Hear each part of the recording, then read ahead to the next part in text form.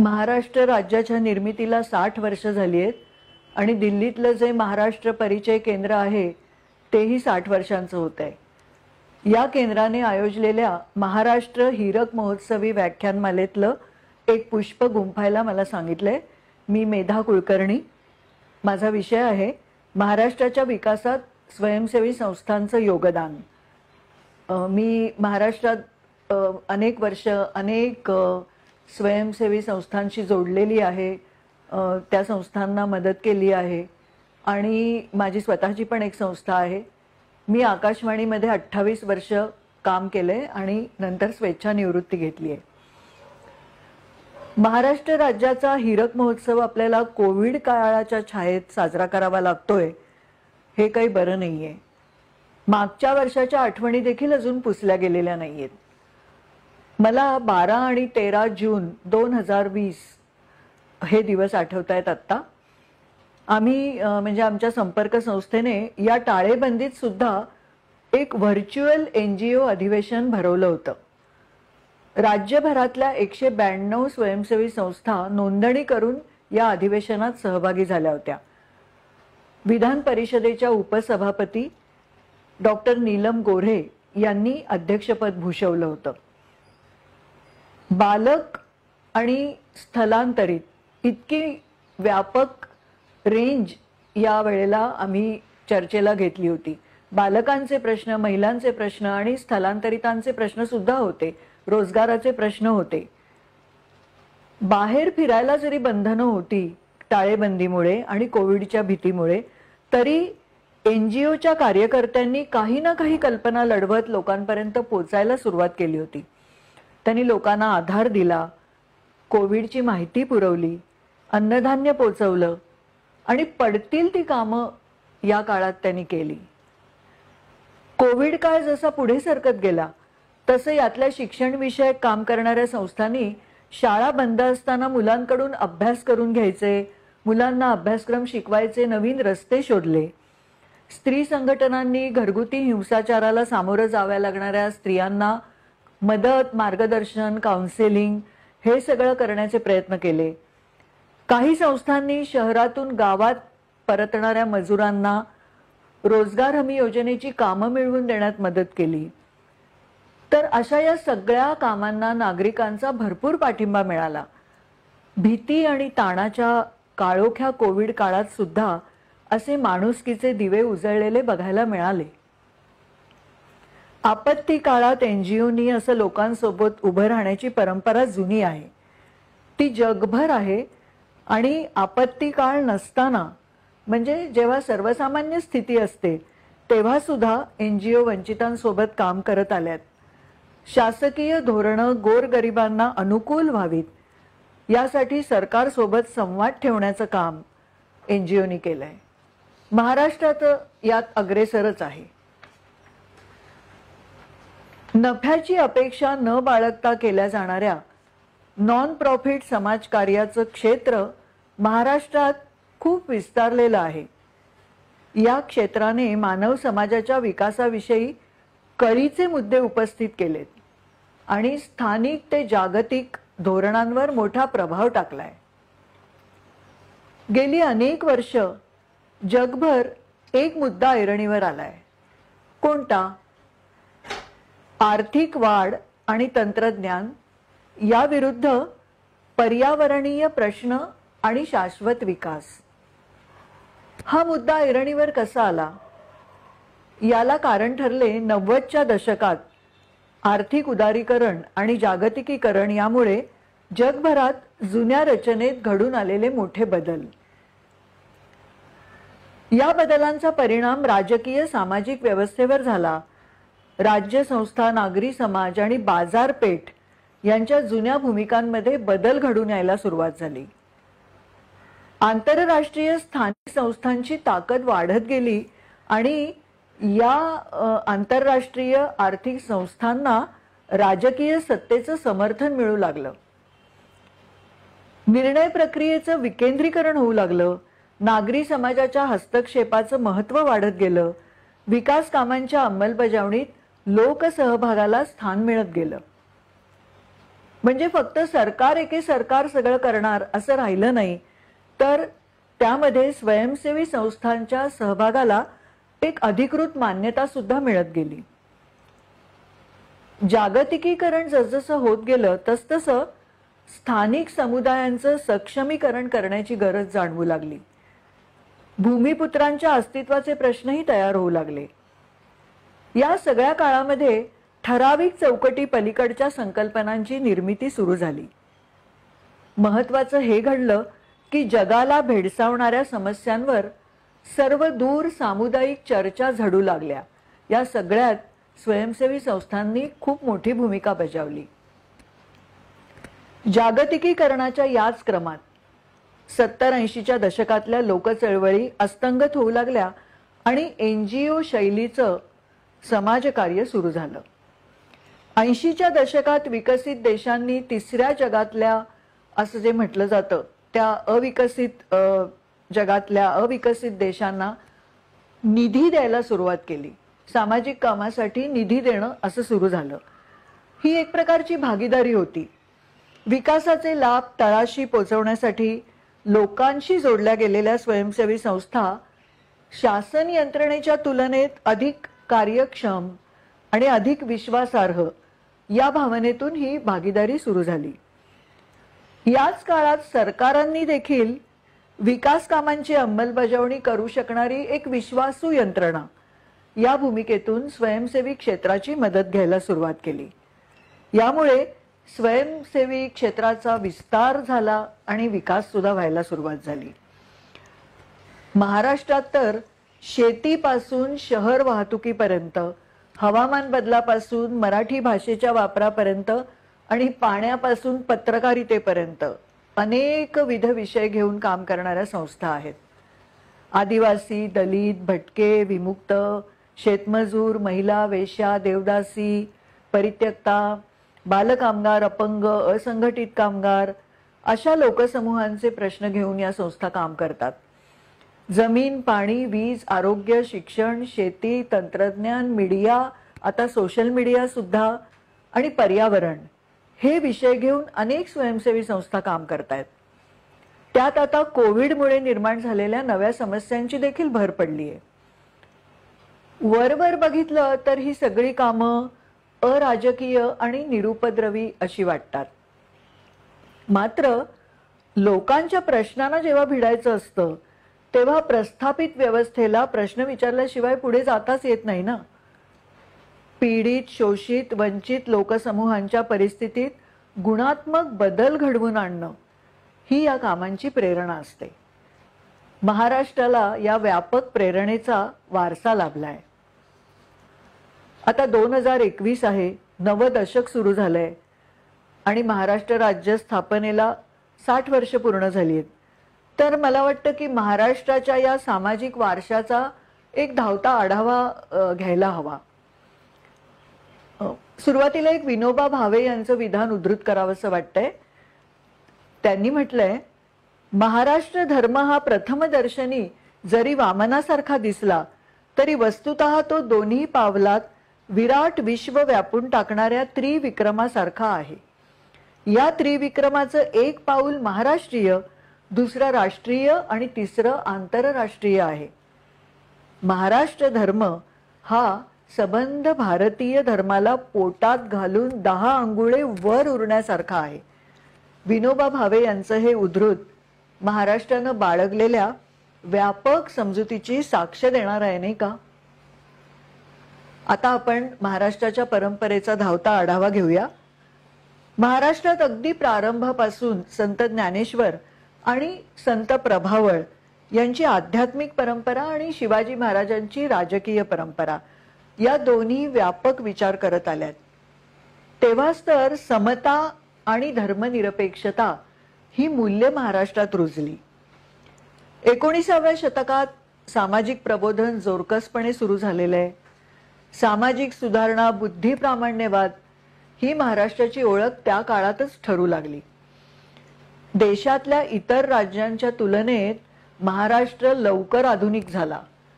कारण 19व्या शतकातले महाराष्ट्रातले सर्व राजकीय सामाजिक नेते हे आधी विचारवंत होते, समाजचिंतक होते आणि मग नेते होते. त्यांनी कसदार लेखन करून विचारांचं शिंपण मराठी मातीत केलं आणि या मातीत मोठाली कामं उभी राहिली. या कामांनी देशाला दिशा दिली. प्रसिद्ध इतिहासकार आणि विश्लेषक रामचंद्र गुहा यांचं एक पुस्तक आहे, मेकर्स ऑफ मॉडर्न इंडिया, 2010 सालचं पुस्तक. या पुस्तकात नवभारतातल्या 19 शिल्पकारांचा समावेश केलाय. 19 अशा व्यक्ती ज्यांनी नवभारत घडवला आहे. तर या 19 व्यक्तींपैकी 7 महाराष्ट्रातल्या व्यक्ती आहेत आणि त्यात एक स्त्री देखील आहे. हे एक विशेष. ही स्त्री कोण आहे? महात्मा फुलेंच्या अनुयायी ताराबाई शिंदे. 1 मे 1960 ला जेव्हा समाज सुधारकांची भूमी असलेलं महाराष्ट्र राज्य स्वतंत्र झालं, स्वतंत्र राज्य म्हणून जेव्हा अस्तित्वात आलं, तेव्हा पुढच्या वाटचालीसाठी अशी भरभक्कम शिदोरी तयार होती. या शिदोरीत काय होतं? या शिदोरीत नवनिर्माण होतं. अनेक अभिनव अशा गोष्टी होत्या. महात्मा फुले आणि त्यांचा सत्यशोधक समाज. सत्यशोधक समाज ही महाराष्ट्रातली आद्य स्वयंसेवी संस्था ठरायला काही हरकत नाहीये. प्रस्थापित रूढी परंपरांच्या पलीकडे जात सत्यशोधन करत नव्या संस्कृतीचा पर्यायच त्यांनी घडवला. त्यांच्यानंतर कुणाचं नाव येणार? जाती व्यवस्थेवर घाव घालत जग बदलवणारे डॉक्टर बाबासाहेब आंबेडकर. त्या आधीचं एक नाव गोपाळ कृष्ण गोखले. महाराष्ट्रातला हा नेता आणि या नेत्याला गांधीजींनी गुरु केलं फक्त म्हणून गोपाळ कृष्ण गोखले मोठे ठरत नाहीत. सर्वंट्स ऑफ इंडिया सोसायटी या जाती धर्माच्या पलीकडे जाऊन देश प्रगती आणि समाज विकास ही उद्दिष्ट साध्य करण्यासाठी ही संस्था त्यांनी जी सुरू केली त्यासाठी ते अधिक मोठे ठरतात. 1905 हे या सोसायटीचं स्थापना वर्ष. आता 1905 नंतर आपण जरा पुढे जाऊया, अलीकडच्या काळात येऊया, 100 वर्ष पुढे जाऊया, म्हणजे 2005 सालात. हे साल का महत्वाचं आहे? या साली केंद्र सरकारने 2 क्रांतिकारी कायदे केले, माहितीचा अधिकार आणि राष्ट्रीय रोजगार हमी अधिनियम, मनरेगा असं ज्याला आपण म्हणतो. तर हे कायदे का महत्वाचे आहेत? महाराष्ट्रासाठी जास्तच महत्वाचे, कारण महाराष्ट्राचं मोठेपण या कायद्यातून दिसतं. हे दोन्ही कायदे महाराष्ट्राने अगोदरच केलेल्या याच 2 कायद्यांना आधारभूत मानून केलेले आहेत. वि. स. पागे हे नाव आपल्याला माहीत असायलाच हवं. त्यांनी दुष्काळ निवारणासाठीचा प्रयत्न म्हणून रोजगार हमी योजनेची कल्पना काढली. त्यांना अशी कल्पना सुचली. दुष्काळ निवारणासाठी रोजगार हमीची कल्पना त्यांना सुचणं, त्यांनी तासगावला त्याच्यावर प्रयोग करणं आणि नंतर राज्यभर अंमलात आणणं हे 1970च्या आगेमागे महाराष्ट्रात घडून आलं. हे नक्कीच त्या काळातलं नवनिर्माण होतं. अशी खूप उदाहरणं सांगण्यासारखी आहेत. ताराबाई मोडक, त्यांचा कोसबाडचा बालवाडी अंगणवाडी विकासवाडी हा प्रवास. अंगणवाडी हे नाव तिथूनच आलेलं आहे. मणिभाई देसाईंनी शेती आणि शेती उत्पादनांना केंद्रस्थानी ठेवलं आणि त्याच्यावर काम सुरू केलं. ती संस्था बायफ. बाबा आढाव यांनी सुरू केलेली एक गाव एक पाणवठा ही चळवळ आणि हमाल पंचायत आणि कचरा आणि भंगार वेचणाऱ्यांची संघटना. विलासराव साळुंके यांची पाणी पंचायत. हमीद दलवाईंचं मुस्लिम समाजाचं सत्यशोधन, मुस्लिम सत्यशोधक समाज. हे सगळे त्या त्या काळातले सामाजिक क्षेत्रातले अभिनव आविष्कार आहेत. प्रकल्पग्रस्तांचं पुनर्वसन हा एक फार मोठा गुंत्याचा विषय असतो. या प्रश्नावर चळवळ आणि कायदा करणारं महाराष्ट्र हे देशातलं पहिलं राज्य आहे. ते साल 1976. सेनापती बापट, त्यांचा काळ 1880 ते 1967, हे प्रकल्पग्रस्तांच्या लढाईचे आद्य सेनापती मानले जातात. कॉम्रेड नाना शेटे, संताराम पाटील, डॉक्टर भारत पाटणकर ही प्रकल्पग्रस्तांच्या चळवळीतली जुनी जाणती मंडळी आहेत. मग आलं 1975 साल. स्त्रीमुक्तीच्या खणखणीत ललकारीने प्रस्थापित पुरुषकेंद्री विचाराला आव्हान दिलं. याच काळात दलित साहित्याचा बहर आपण अनुभवला. दलित कविता, आत्मचरित्रांनी गावकुसा बाहेरचं जगणं मराठी साहित्याच्या केंद्रस्थानी आणून ठेवलं. बाबा आमटे यांचं आनंदवन हजारो कार्यकर्त्यांचं प्रेरणास्थान ठरलं. अण्णा हजारेंच्या राळेगण सिद्धीने गावाची समज काय असते, गावाची ताकद काय असते ते दाखवून दिलं. पोपटराव पवारांचं हिवरे बाजार हे गाव अनेक तरुणांचं दिशादर्शक ठरलं. महिलांसाठी स्वतंत्र धोरण करणारं महाराष्ट्र हे पहिलं राज्य. जलसंधारण योजना महाराष्ट्राने आणली. असे महाराष्ट्रात झालेले अनेक प्रयोग देशामध्ये नवे होते. महिलांचे बचत गट आणि त्यातून निर्माण झालेलं स्त्री शक्तीचं सृजन अनोखं ठरलं. 80चं दशक. शरद जोशी यांनी केलेली भारत विरुद्ध इंडिया अशी मांडणी, शेतकऱ्याची जमीन हेच तोट्याचं साधन आहे आणि शेतीमालाला रास्त भाव मिळाल्याशिवाय गरिबी हटणार नाही, ही जोशींच्या शेतकरी संघटनेची भूमिका, त्यांची अनोखी आंदोलनं, यामुळे शेतीच्या अर्थकारणाकडे बघण्याचा एक व्यापक दृष्टिकोन मिळाला. त्यावेळी सुद्धा शासनाच्या समाज कल्याणकारी भूमिकेला आव्हान देणारे अनेक ठोस मुद्दे चळवळीने उपस्थित केले आणि त्याचबरोबर असे काही प्रयोग केले की ज्याची दखल राज्य काय देश पातळीवर घ्यावी लागली. उदाहरणार्थ, घरच्या घरी नवजात बाळाची काळजी ही प्रणाली गडचिरोलीतून देशभर आणि जगभर पोचली. डॉक्टर अभय आणि डॉक्टर राणी बंग यांच्या सर्च या स्वयंसेवी संस्थेने कामाला, सामाजिक कामाला एक वैज्ञानिकता, आधुनिकता, अध्ययन आणि संशोधन याचं परिमाण दिलं.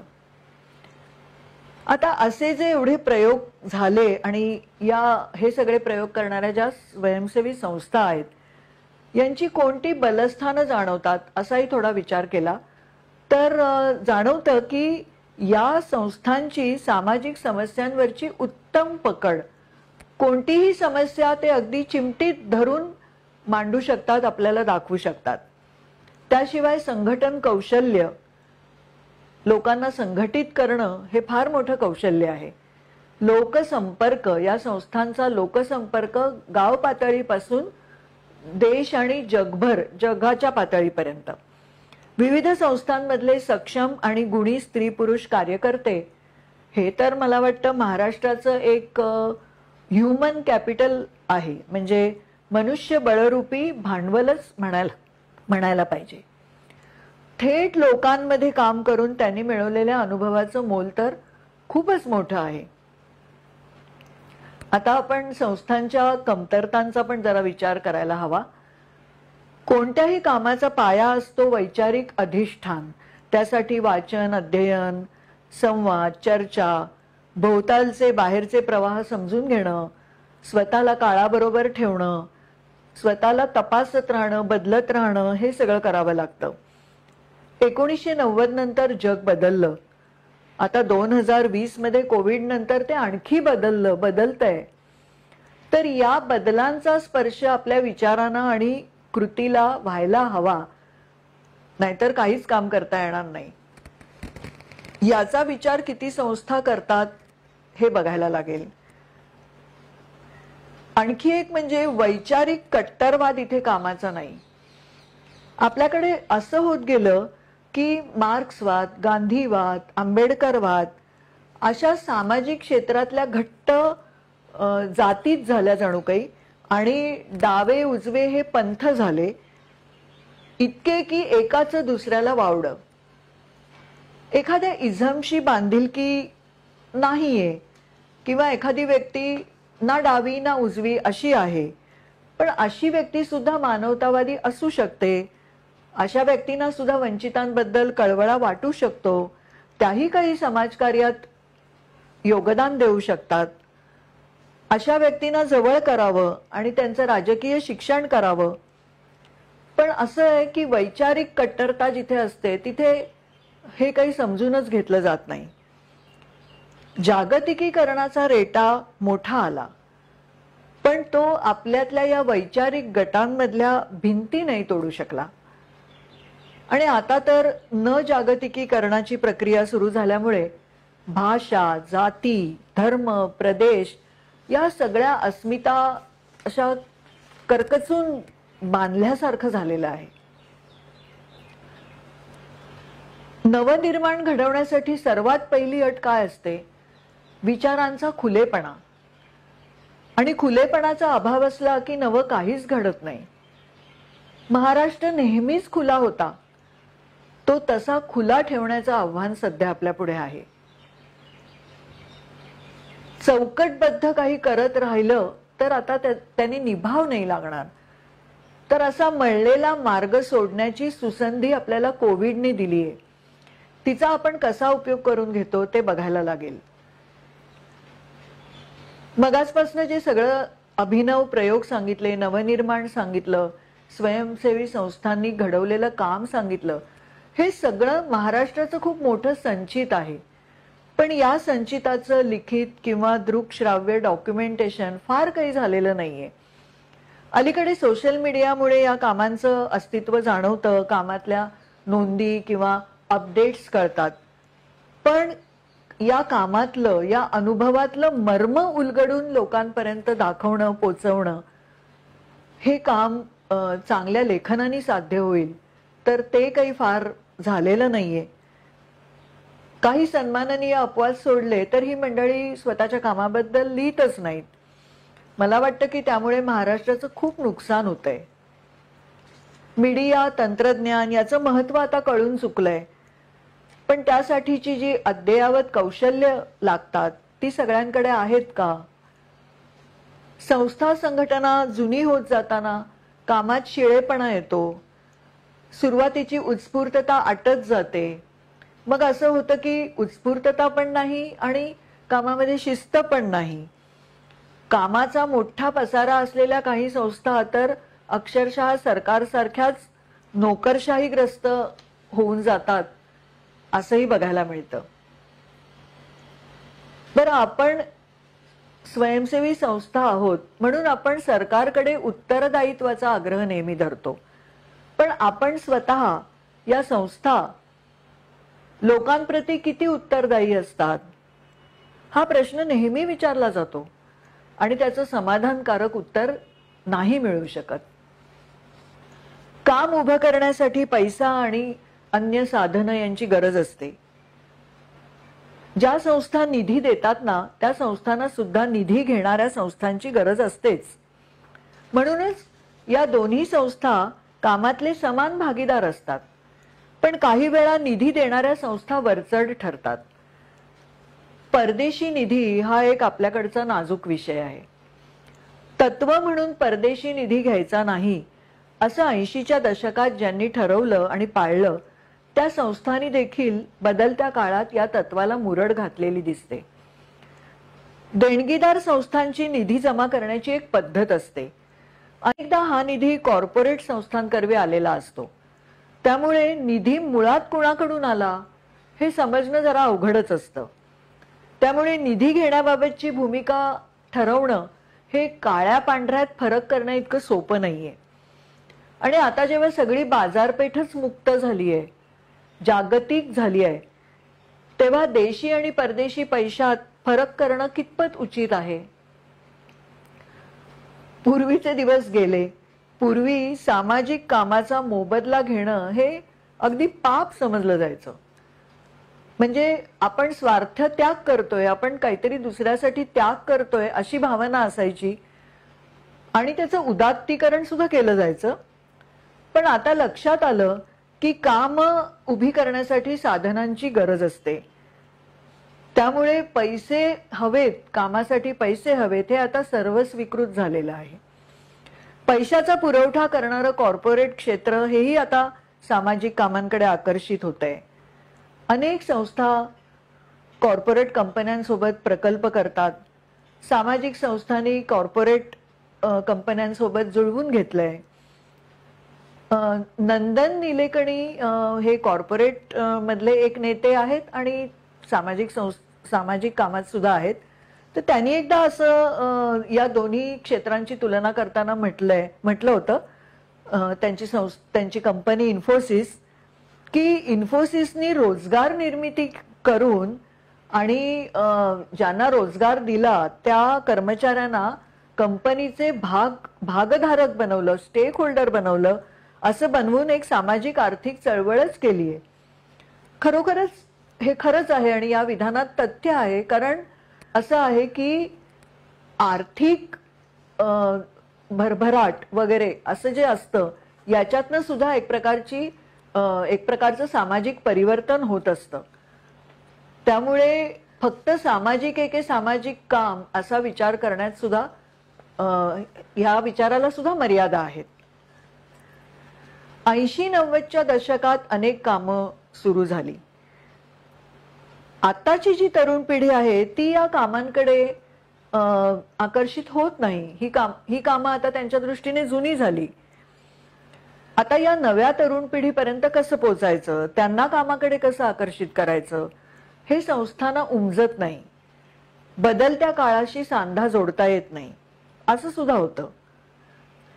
आणखी एक मुद्दा असा की जी संस्था जुनी होत जाते त्या संस्थेचे जे पहिले नेते मंडळी असतात ती सुद्धा वृद्ध होत जातात. मग पुढच्या पिढीचं नेतृत्व कसं तयार करायचं हे जिकिरीचं काम असतं.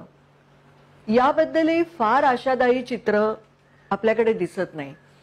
संस्थांचा कारभार पती पत्नी किंवा कुटुंबियांच्या ताब्यात असणं, कामाचा वारसा मुलांकडे नातवंडांकडे जाणं, हे आपल्या समाज जीवनाच्या सगळ्याच क्षेत्रांना व्यापून राहिलेलं एक वैशिष्ट्य आहे.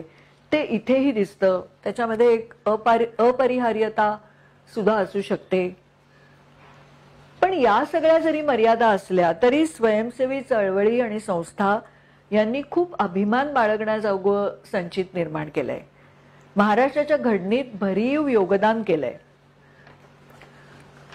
आपण आता महाराष्ट्र राज्याला जेव्हा 50 वर्ष झाली होती, आता 60 वर्ष झाली, तर आपण राज्याची प्रगती मोजतो. दरवर्षी जेव्हा विधानसभेमध्ये राज्याचं अर्थसंकल्प जाहीर होतो त्यावेळेला आर्थिक पाहणी अहवाल त्याच्या आधी जाहीर होतो. तर याच्यामध्ये प्रगती मोजलेली असते. तर ती प्रगती मोजताना काय मोजलं जातं? रस्ते, पूल, रेल्वे, या इन्फ्रास्ट्रक्चर ज्याला म्हणतो, पायाभूत सुविधा, रोजगार निर्मिती, हे सगळं मोजलं जातं. पण सामाजिक संस्था संघटना यांनी त्यांच्या कामातून निर्माण केलेली एक मानवी संपत्ती म्हणजे माणसं जी घडवली आहेत ती पण एक मोठी संपत्ती आहे. ती पण कधीतरी मोजायला हवी असं वाटतं. आणखी एक गोष्ट, या सगळ्या संस्थांनी काम करताना मिळवलेलं ज्ञानरूपी भांडवल म्हणजे नॉलेज कॅपिटल, तेही विकासाच्या मोजमापात धरलं पाहिजे असं वाटतं. या संस्था संघटनांमुळे अक्षरशः हजारो स्त्रियांना आत्मविश्वास मिळाला. त्या घराचा उंबरठा ओलांडून बाहेर काम करायला लागल्या. शेकडो पुरुष कार्यकर्ते स्त्रियांच्या समस्यांवर तळमळीने काम करायला लागले. हजारो स्त्री पुरुष आपापल्या कुटुंबाच्या पलीकडे जाऊन जनसमुदायाच्या सुखदुःखाशी एकरूप झाले. ही जी सगळी उदाहरणं आहेत, कार्यकर्ते ज्या पद्धतीने काम करतायत, त्यांनी जे घडवलंय काम, ते सगळं बघितलं की असं वाटतं की दुसऱ्यांसाठी काम करतो समाज, तर असा समाज नक्कीच मनाने निरोगी आहे. तसं मला वाटतं की महाराष्ट्र मनाने निरोगी आहे. मुंबई दिल्लीत बसून घेतलेले निर्णय शास्त्रीय कसोट्यांवर कितीही उतरणारे असोत, मात्र एखाद्या छोट्यात छोट्या संस्थेतला अगदी तळचा कार्यकर्ता, एखाद्या पाड्यावर किंवा एखाद्या वस्तीत काम करणारा कार्यकर्ता किंवा कार्यकर्ती, त्यांचा लोकांशी जो दैनंदिन सांधा जुळलेला असतो आणि त्यांना लोकसमस्यांच्या ज्या खाचाखोचा माहीत असतात, त्याला खरोखरच तोड नाही. या सगळ्या संस्थांनी त्यांच्या कामांनी महाराष्ट्राची मशागत केली. विकासाच्या मूळ मुद्द्यांना भिडण्याची आणि लोकांना विश्वासात न घेतल्याबद्दल व्यवस्थेला जाब विचारण्याची सुद्धा गोष्ट या संस्थांनी केली. नर्मदा आंदोलनाचं नाव इथे घ्यायलाच हवं. नर्मदा आंदोलनाने विकासाच्या बेसिक मुद्द्यांना भिडण्याचं काम केलं. पुढे सेज किंवा जैतापूर आंदोलनानं ती कालसुसंगत केली आणि पुढे नेली. मेंढालेखासारख्या गावानं हेच आंदोलन निराळ्या शैलीत केलं, नवा रस्ता शोधला. प्रयासच्या विश्लेषणाधारित जनवकिलीने प्रश्नाचं नेमकं स्वरूप आणि त्यावर उपाय कसा शोधायचा असे एक तंत्र विकसित केलं. हे नवीन तंत्र होतं. आमच्या संपर्क संस्थेच्या कामाचं सूत्र आहे विधिमंडळाचं लोकांप्रती असलेलं उत्तरदायित्व. हे सगळे नाविन्यपूर्ण प्रयोग आहेत. या सगळ्या प्रयोगांची दखल आंतरराष्ट्रीय समुदायांनी सुद्धा घेतली आहे. आणि स्वयंसेवी संस्थांची हीच भूमिका असते नाही का, की त्यांनी त्यांच्या कार्यक्षेत्रात एखादा प्रयोग यशस्वी करून दाखवावा, की ज्याच्यामुळे धोरणाला आकार देता येईल किंवा समस्या हाताळणीसाठी काही मार्गदर्शन मिळेल, काही दिशा मिळेल. त्यामुळे त्यांनी विकसित केलेली कामं ही बेट आहेत अशी त्यांची संभावना करणं ठीक वाटत नाही. शिवाय असं आहे की एका ठिकाणी यशस्वी झालेलं काम तसंच्या तसं दुसऱ्या ठिकाणी यशस्वी होणार कसं. त्यामुळे स्वयंसेवी संस्थांनी तयार केलेलं काम हे पुढे न्यायचं असेल, राज्य पातळीवर न्यायचं असेल तर ते सरकारने त्याचा विचार करणं आवश्यक आहे. 2000 सालच्या दरम्यान सरकारी उच्चपदस्थ किंवा कॉर्पोरेट क्षेत्रातले बडे ऑफिसर, IAS किंवा CEO वगैरे यांनी सामाजिक क्षेत्रात काम करायला सुरुवात केली असं एक प्रवाह सुरू झाला. कोका कोला कंपनीचे एक माजी प्रकल्प अधिकारी जे पुण्याचे आहेत, त्यांचं नाव श्री गुरुमणी, त्यांचं उदाहरण सांगते की उत्तर प्रदेशात कोका कोला कंपनीच्या प्लॅन्टवर ते होते आणि तिथल्या खेड्यांमध्ये जेव्हा ते जायचे तेव्हा त्यांच्या लक्षात आलं की इथल्या लोकांचं पाणी आपली कंपनी खेचणार आहे आणि त्यामुळे इथल्या लोकांचं खूप नुकसान होणार आहे. हे त्यांना बरं वाटलं नाही अशा पद्धतीने काम करणं, म्हणून त्यांनी राजीनामा दिला आणि ते एका स्वयंसेवी संस्थेत काम सुरू केलं त्यांनी. पण त्यांनी असं सांगितलं की कॉर्पोरेट क्षेत्राकडून सुद्धा स्वयंसेवी क्षेत्राला शिकण्यासारख्या खूप गोष्टी आहेत. कोणत्या गोष्टी आहेत? उदाहरणार्थ उत्तम चोख व्यवस्थापन, शिस्त, रिझल्ट ओरिएंटेड काम, कामाचं रिपोर्टिंग, डॉक्युमेंटेशन वगैरे. प्रथम नावाची एक संस्था आहे जी मुंबईत जन्मली, महाराष्ट्रात जन्मलेली संस्था. या संस्थेचं एक उदाहरण अशासाठी देते की कॉर्पोरेट मधले तरुण जेव्हा सामाजिक कामाकडे आकर्षित होतात आणि त्यांना जोड मिळते वस्ती पातळीवरच्या कार्यकर्त्यांची, तेव्हा एक कामाचं छान मॉडेल उभं राहतं जे प्रथम या संस्थेचं मॉडेल आहे आणि अशी सरमिसळ व्हायला पाहिजे. आताचे तरुण तरुणी एखाद्या उद्योजकाप्रमाणे सामाजिक प्रश्नांना भिडत असतात. एकदम एंटरप्राइझिंग असतात ते. माहिती तंत्रज्ञानाचा विकास, सोशल मीडियाचा विस्तार हे सगळं सामाजिक कामांना आता पूरक ठरतं. काही काही नवीन प्रवाह सुरू झाले 2000 सालानंतर. नागरिकांची पत्रकारिता, सोशल नेटवर्किंग, इंटरनेट, नंतर PIL म्हणजे जनहित याचिका हा एक प्रश्न सोडवण्याचा नवा मार्ग मिळाला. माहिती अधिकाराचा जोरकस वापर करून समस्या उलगडणारी अनेक कार्यकर्ते आहेत. एकूणच सोशल मीडियामुळे हिरिरीने मतप्रदर्शन होत असतं ते खूप लाभाचं असतं. विविध स्वमदत गट, सेल्फ हेल्प ग्रुप तयार झाले. ही सगळी नव्या रूपातली कामं आहेत. मानसिक समाधान ही जर आयुष्यातली सर्वोच्च कमाई मानली तर ती समाजकार्यात भरपूर मिळते. आता महाराष्ट्रानं 60 ओलांडली आहे. 2020 मध्ये कोविडने आपल्या व्यवस्थेतलं चांगलं काय आणि वाईट काय हे दोन्ही दाखवून दिलंय. तेव्हा आता आपल्याला अधिक जोमानं काम करण्याची गरज आहे आणि स्वयंसेवी क्षेत्राला समाजातल्या सगळ्या वेगवेगळ्या व्यावसायिक मंडळींकडून मार्गदर्शनाची आणि मदतीची अपेक्षा आहे. शेवटी आपल्याकडे जे म्हणतो की कायद्याचं राज्य असावं, तर ते कायद्याचं राज्य असावं आणि कायद्याचं राज्य टिकावं हीच इच्छा. महाराष्ट्राला आणि महाराष्ट्र परिचय केंद्राला खूप शुभेच्छा.